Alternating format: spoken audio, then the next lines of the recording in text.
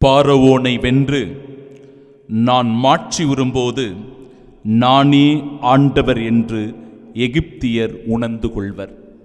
நம் ஆண்டவராகிய இயேசு கிறிஸ்துவின் அன்பும் அருளும் அமைதியும் மகிழ்ச்சியும் உங்கள் அனைவரோடும் என்றும் இருப்பதாக. அன்பிற்கு பிரியமுள்ள சகோதர சகோதரிகளே, அடையாளங்கள் மனிதர்களை யார் என்பதை வெளிப்படுத்துகிறது.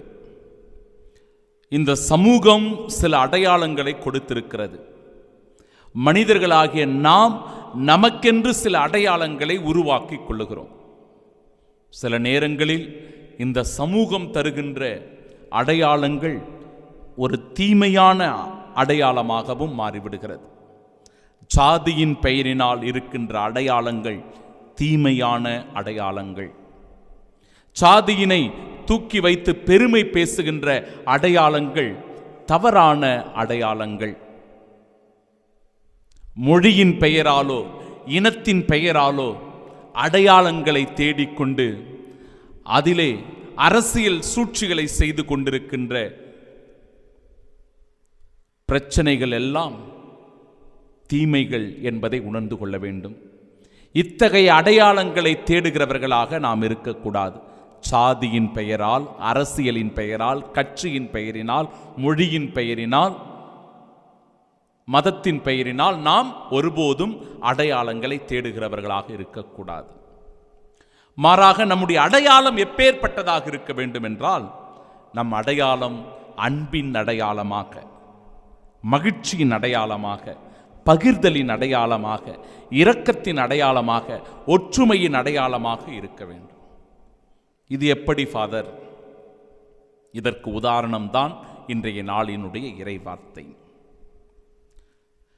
பார்வோன் எகிப்தில் ஆட்சி செய்து கொண்டிருந்த அந்த காலகட்டத்தில் இஸ்ராயேல் மக்களை அடிமைகளாக வைத்திருந்தான். மோயிசன் அந்த அடிமைத்தனத்திலிருந்து ஆண்டவருடைய துணையோடு அவர்களை மீட்டுக் கொண்டு வருகிற போது மீண்டும் மீண்டுமாய் வந்து அவர்களை தொல்லை கொடுக்கிறான், அவர்களை துன்புறுத்துகிறான். அந்த இஸ்ராயேல் மக்கள் கூட்டத்திலேயே சிலருடைய மனம் கூட மாறிவிடுகிறது.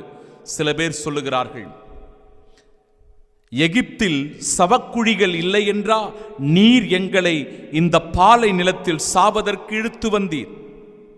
எகிப்திலிருந்து எங்களை வெளியேற்றி இப்படி எங்களுக்கு செய்துவிட்டீரே, எங்களை விட்டுவிடும், நாங்கள் எகிப்தியருக்கு ஊழியம் செய்வோம் என்பதுதான் எகிப்தில் நாங்கள் உம்மிடம் கூறிய வார்த்தைகள்.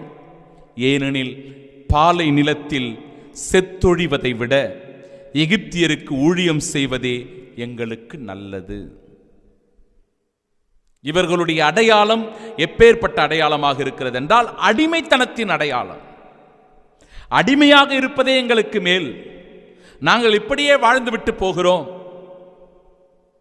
எங்களை ஏன் மீட்டு கொண்டு வந்தீர், எங்களை ஏன் வேறொரு பாதைக்கு அழைத்து வந்தீர், நாங்கள் அந்த அடிமைத்தனத்திலேயே இருந்து விடுவோமே என்று சொல்லி இந்த இடத்தில் அடிமையின் அடையாளத்தை தேடுகிறவர்களாக சில மக்கள் இருந்ததை குறிப்பிட்டு சொல்லுகிறது இறைவார்த்தை.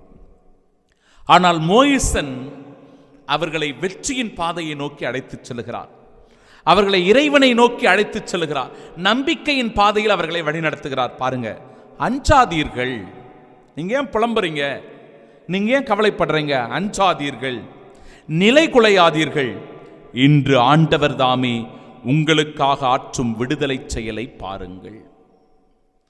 இன்று நீங்கள் காணும் எகிப்தியரை இனிமேல் என்றுமே காணப்போவதில்லை, ஆண்டவரே உங்களுக்காக போரிடுவார், நீங்கள் அமைதியாயிருங்கள். நீங்க முணுமுணுக்காதீங்க, புலம்பாதீங்க, சலசலப்புகளை ஏற்படுத்தாதீங்க, பின்வாங்காதீங்க. நீங்கள் போய் போர் புரிய வேண்டும் என்ற அவசியமில்லை, மாறாக உங்கள் சார்பாக நின்று உங்களுக்காக போரிடப் போகிறவர் ஆண்டவர் தாமே என்கிற உறுதிப்பாட்டை எடுத்துச் சொல்லுகிறார் மோயிசன் அவர்கள். இஸ்ராயேல் மக்களுக்கு இந்த வாக்குறுதியை கொடுக்கிறார், ஆண்டவர் தாமே உங்களுக்காக போரிடப் போகிறார். அப்ப ஆண்டவர் மோயிசனை நோக்கி, ஏன் என்னை நோக்கி அழ வேண்டும், முன்னோக்கி இந்த இஸ்ராயேல் மக்களை வழிநடத்தி செல், இவர்களை வழிநடத்தி செல். இதோ இஸ்ராயேல் மக்கள் கடல் நடுவே உலர்ந்த தரையில் நடந்து செல்வார்கள். நான் எகிப்தியரின் மனதை கடிதப்படுத்துவேன். அவர்கள் இஸ்ரேலை பின்தொடர்ந்து செல்வார்கள். அப்பொழுது பார்வோனையும் அவனுடைய படைகள், தேர்கள், குதிரை வீரர்கள் அனைவரையும் வென்று நான் மாற்றி வருவேன். அற்புதமான வார்த்தை. தீமையை வென்று நன்மையை நிலைநாட்டுவேன் என்கிறார் ஆண்டவர். பார்வோனும் அவருடைய குதிரை படைகளும் தேர்ப்படை வீரர்களும் தீமையை விளைவிக்க, அடிமைத்தனத்தின், பகைவனின், தீயவனின், சாத்தானின் அடையாளமாக இங்கு பார்க்கப்படுகிறார்கள். ஆண்டவர், மோயிசன், இஸ்ராயேல் மக்கள் ஆசீர்வாதத்தின், நன்மைத்தனத்தின் அடையாளம். அதனால்தான் பார்வோனையும் அவனுடைய படைகள், தேர்கள், குதிரை வீரர்கள் அனைவரையும் என்று நான் மாற்றி வருவேன்.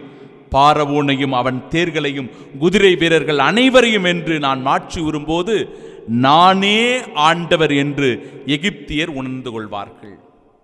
இப்ப இந்த இடத்தில் எது அடையாளம், யார் அடையாளம்? வெற்றியும் மீட்பும் விடுதலையும் தான் அடையாளம். இஸ்ராயேல் மக்கள் பெறப்போகின்ற விடுதலை, இஸ்ராயேல் மக்களுக்கு கிடைக்கப் போகின்ற மீட்பு, இதுதான் அடையாளம். இந்த அடையாளம் யார் என்றால் இறைவனே அந்த அடையாளமாக இருக்கின்றார். இதை தெளிவாக சொல்லுகிறது முதல் வாசகம். அன்பிற்குரியவர்களே, ஏறக்குறைய 20 ஆண்டுகள் இருக்கும். 20 ஆண்டுகளுக்கு முன்னாடி படித்து கொண்டிருக்கும் போது வெளியில முகாம்களுக்கு செல்லுவது வழக்கம். அப்படி முகாம்களுக்கு செல்லும் போது ஒவ்வொரு இடங்களாக நாங்கள் தங்கி அந்த மக்களுடைய சூழ்நிலைகளை, அவர்களுடைய பழக்க வழக்கங்களை, வாழ்க்கை முறையை, சூழ்நிலையை, இவற்றையெல்லாம் ஆய்வு செய்வது வழக்கம். அந்த ஆய்வில் நாங்கள் ரிப்போர்ட் மாதிரி எழுதி கொடுக்கணும். அப்படியாக நான் ஒரு இடத்திற்கு சென்றிருந்தேன். அந்த இடத்தில் அந்த ரைஸ் மில்லில் வேலை செய்கிறவங்க அவர்கள் கொத்து அடிமைகளாக அந்த இடத்தில் இருந்திருக்கிறார். பல ஆண்டுகளாக கொத்தடிமைகளாக அவர்கள் அந்த இடத்திலேயே வாழ்ந்து கொண்டிருக்க. ஒரு குடிசை, அந்த முதலாளியின் கீழே, அந்த பண்ணையாரின் கீழே, அந்த வீட்டிலேயே அவங்க கொத்தடிமைகளாக வேலை செய்து கொண்டிருக்க. அவங்க குடும்பம் எல்லாம் அந்த இடத்துல இருக்கிறாங்க. அந்த பிள்ளைகளுக்கு பெரும் வாழ்வு கிடையாது, வெளி உலகம் தெரியாது, கல்வி கிடையாது, நல்ல வளர்ச்சி கிடையாது. இப்படியே அடிமை நிலையிலேயே அவர்கள் இருந்திருக்கிறார்கள். அப்ப நாங்கள் அந்த பிள்ளைகளுக்கு ஒரு விழிப்புணர்வை கொடுப்பதற்காக சென்றோம். பாருங்க, இதை பார்த்த உடனே மிகுந்த வருத்தமாக, வேதனையாக இருந்தது. அவர்களோடு பேசுகிற போது சில நேரங்களில் அவர்கள் கண்ணீரோடு அழுது பேசினார்கள். என்ன செய்வது என்று தெரியல, நாங்கள் இப்படியே வாழ்ந்துட்டோம், இப்படியே இருந்துட்டோம், ஆனால் எங்கள் பிள்ளைங்க இப்படியே இருந்துருவாங்களோன்னு பயமாக இருக்குது. பிரியமானவர்களே, அந்த கூட்டத்திலே, அந்த இடத்துல இருந்த அந்த பிள்ளைகளில் 2 பிள்ளைகளை தேர்ந்தெடுத்து அருகில் இருக்கின்ற நம்ம கத்தோலிக்க கிறிஸ்துவ பள்ளியில் அந்த 2 குழந்தைகளை கொண்டு போய் சேர்த்தோம். அடிமை நிலையிலிருந்து அவர்களை மீட்டு கொண்டு அவர்களுடைய வாழ்வில் வெளிச்சம் தருவது, விழிப்புணர்வை ஏற்படுத்துவது, கல்வியை கொடுப்பது, மன நிறைவை தருகிறது. இன்னைக்கு வரை அதை நம்மளால நினைச்சு பார்க்க முடியுது. ஒரு நன்மை காரியம், ஒரு அடிமைத்தனத்தை விடுதலை கொடுக்கின்ற ஒரு மனநிலை, அதுதான் நம்முடைய அடையாளமாக இருக்கும். கிறிஸ்தவ அடையாளம் என்பது இதுதான். விடுதலையின் அடையாளம், நம்பிக்கையின் அடையாளம், அன்பின் அடையாளம், பகிர்தலின் அடையாளமாக அமைய வேண்டும். இதை இன்றைய நாளினுடைய நற்செய்தி வாசகமும் நமக்கு தெளிவுபடுத்துகிறது. என் அன்பு சகோதர சகோதரிகளே, போதகரே, நீர் ஒரு அடையாளம் ஒன்று காட்ட வேண்டும் என விரும்புகிறோம் என்று சொல்லுகிறார்கள். ஆண்டவரும் சொல்றாரு, இந்த தீய விபச்சார தலைமுறையினர் அடையாளம் கேட்கிறார்கள். இவர்களுக்கு இறைவாக்கினரான யோனாவின் அடையாளத்தை தவிர வேறு அடையாளம் எதுவும் கொடுக்கப்பட மாட்டாது. யோனாவின் அடையாளம் என்பது 3 நாள் இரவும் 3 நாள் பகலும் அவர் பெரிய மீனின் வயிற்றில் இருந்தது. அந்த அடையாளம் இயேசு கிறிஸ்துவை அடையாளப்படுத்துகிறது. இயேசு ஆண்டவரும் இறந்த பிறகு 3 இரவு 3 பகல் இந்த கல்லறையிலே அடக்கம் செய்யப்பட்டது. அதன் பிறகு எப்படி மீனானது அவரை வெளியே துப்பியதோ அதுபோல ஆண்டவர் இந்த பூமியிலிருந்து உயிர்த்தெழுந்தார் என்பதனுடைய அடையாளம்.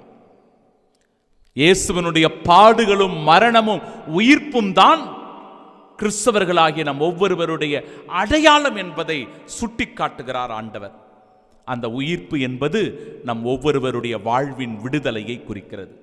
அதனால்தான் யோனாவை விட பெரியவர், சாலமோனிலும் பெரியவர் என்று ஆண்டவர் இயேசு அடையாளப்படுத்தப்படுகிறார். நாமும் எதனை கொண்டு நம்மை அடையாளப்படுத்துகிறோம்? சிந்தித்து பார்ப்போம். பெயரோ புகழோ வசதிகளோ வாய்ப்புகளோ எல்லாம் ஒரு நாள் நம்மை விட்டு அகன்றுவிடும். நாம் கொண்டிருக்கிற அன்பும் அமைதியும் மகிழ்ச்சியும் மன்னிப்பும் சமாதானமும் ஒற்றுமையும் தான் நம்மை அடையாளப்படுத்தும். இந்த பேருண்மையை உணர்ந்து இந்த பலியின் உன்னத ஆசீரை பெற ஜெபிப்போம். ஆமென்.